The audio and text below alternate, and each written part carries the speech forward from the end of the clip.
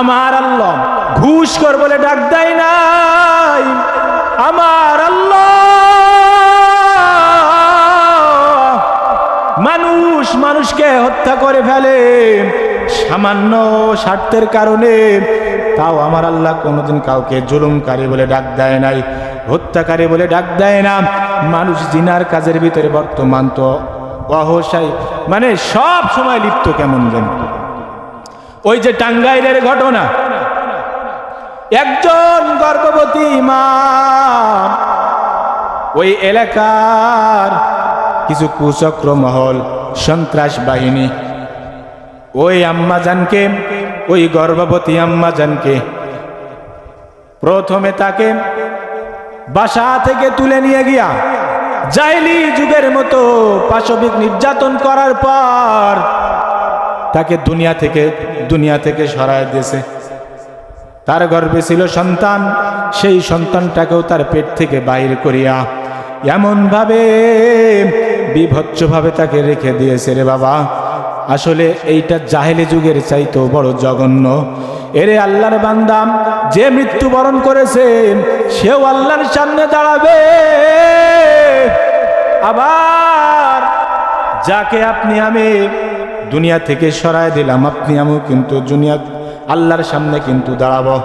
এরে আল্লাহর বান্দা, সে তো দুনিয়া থেকে চলে গেল, কিন্তু আপনি আমি এখনো দুনিয়াতে বেঁচে আছি। আল্লাহর সামনে যদি একজন হত্যাকারী কিলার হিসেবে দাঁড়ায়া যায়, আল্লাহ কিন্তু সেই দিন ছাড় দিবে না। এরে আল্লাহর বান্দা, এই জন্য আল্লাহ রাব্বুল আলামিন বলতেছেন, আমি দুনিয়ার মানুষকে কখনো জিনাকার বলেও ডাক দেয় নাই, আমি মানুষকে সম্পদ ফাঁকি দেনওয়ালা বলেও ডাক দেয় নাই, আমি দুনিয়ার মানুষকেও যে যত গুনাহ করুক না কেন গুনাহগার বলে ডাক দেয় নাই। আল্লাহ রাব্বুল আলামিন সব সময় বান্দাকে ডাক দেয় ইমানদার বলিয়া। কোরআনের বহু আয়াতে আছে, আল্লাহ রাব্বুল আলামিন দেখবেন অধিকাংশ জায়গায় বলেছে, ইয়া আইয়ুহাল্লাযীনা আমানু, ইয়া আইয়ুহাল্লাযীনা আমানু। কেন? বান্দা যখন বুঝতে পারবে আমি কত অন্যায় করেছি, আমার মতো অন্যায় দুনিয়ায় আর কেউ করে নাই, আমি জিনা করেছি,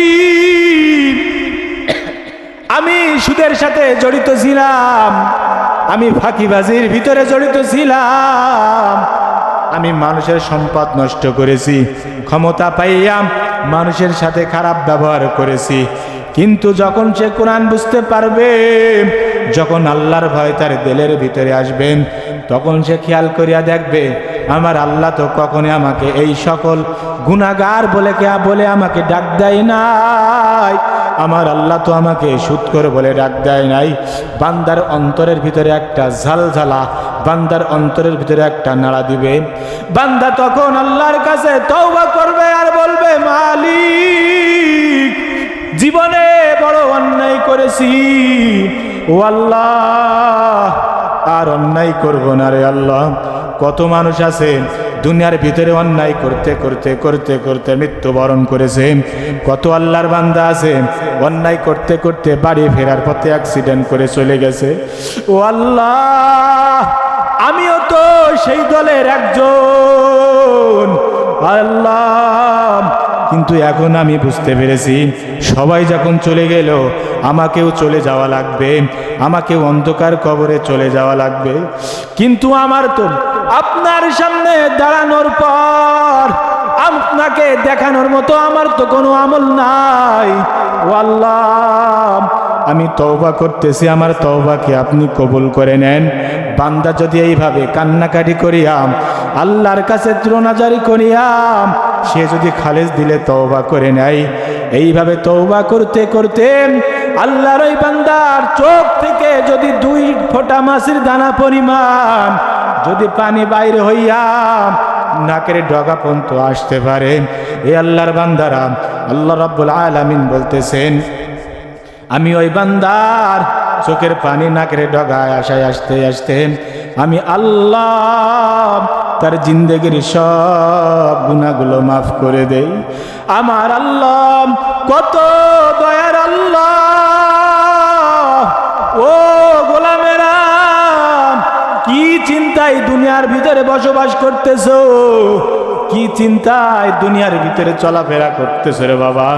আমার আল্লাহ দিনে তোমাকে 5 বার ডাক দেয় বড় মহাব্বত করিয়া, তোমাকে ফজরের সময় ডাক দেয়, ও গোলাম তুমি আমার ডাকে সাড়া দাও না। আমার আল্লাহ তারপরও তোমার রিজিক কিন্তু বন্ধ করে নাই, আমার আল্লাহ তারপরে তোমার কিন্তু অক্সিজেন বন্ধ করে নাই, আমার আল্লাহ তারপরও দুনিয়ার ভিতরে তোমার সব কাজগুলো করতে দেয়। ওরে আল্লাহর বান্দারা, আমার আল্লাহ তারপর জহরে তোমাকে ডাক দেয়। আল্লাহর বান্দারা, জহরের বেলায়ও তুমি আসো না, আমার আল্লাহ মুয়াজ্জিনের মাধ্যমে আবার আসরের সময় ডাক দেয়, তারপরেও তুমি আসো না। আমার আল্লাহ এইভাবে মাগরিবে তোমাকে ডাক দেয়, তারপরে আমার আল্লাহ এসাও তোমাকে ডাক দেয়, বান্দা আমার কাছে আসবে, আমার কাছে সিজদা দেবে।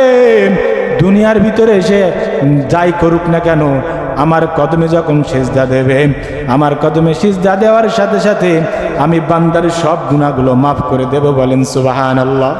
এরে আল্লাহর বান্দারা, কত মানুষ দুনিয়ার ভিতরে বিচরণ করে, খেয়াল করে দেখবেন, সরকারি চাকরি করে, তারপরেও দিনে 5 ওয়াক্ত নামাজের জন্য সে টাইম বাইর করিয়া নাই।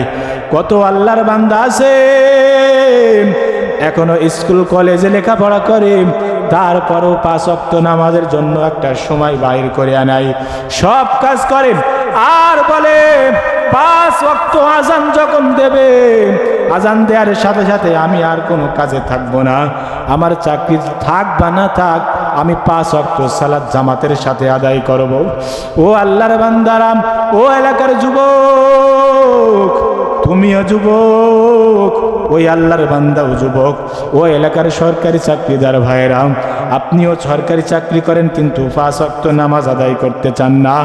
অথচ আপনার মতো কত সরকারি চাকরিওয়ালা দেখেন দুনিয়ার ভিতরে বিচরণ করতেছে, আজান কানে শোনা মাত্রই তারা মসজিদের ভিতরে চলে আসেন। খেয়াল করিয়া দেখেন, আপনার প্রতি আল্লাহর রহমত নাই, তার প্রতি রহমত আছে। এই জন্য খেয়াল করিয়া মাইকের আওয়াজ যদি কানে যায় রে বাবা, মাইকের আওয়াজ যত দূর যায়, ও আল্লাহর বান্দারা, যদি বলেন আপনাদেরকে হাতে ধরতে হাতে ধরবো, যদি বলেন পায়ে ধরতে পায়ে ধরবো, ও আল্লাহর বান্দা, এই মজমা এই মাহফিল কিন্তু প্রতিদিন এই জায়গায় হবে না, আমিও প্রতিদিন এখানে আসবো না। এই জায়গার আজকের প্রধান আকর্ষণ আল্লামা নাসির উদ্দিন সাহেব, তিনিও প্রতিদিন এখানে আসবে না। আরে আল্লাহর বান্দারা, এই জায়গাটা বছরে একদিন হয়, তারপরও অনেক বাধা বিপত্তির পরে, ঠিক কিনা?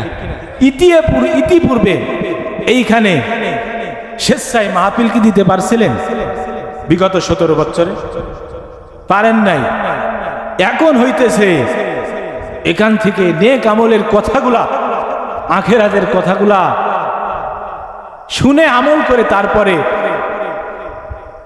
আল্লাহর কবরের দিকে যাওয়া, এটা আমাদের সকল মুসলমানদের জন্য আবশ্যক। প্রিয় ভাইরা আমার, আল্লাহর পয়গম্বর একদিন মসজিদে নববী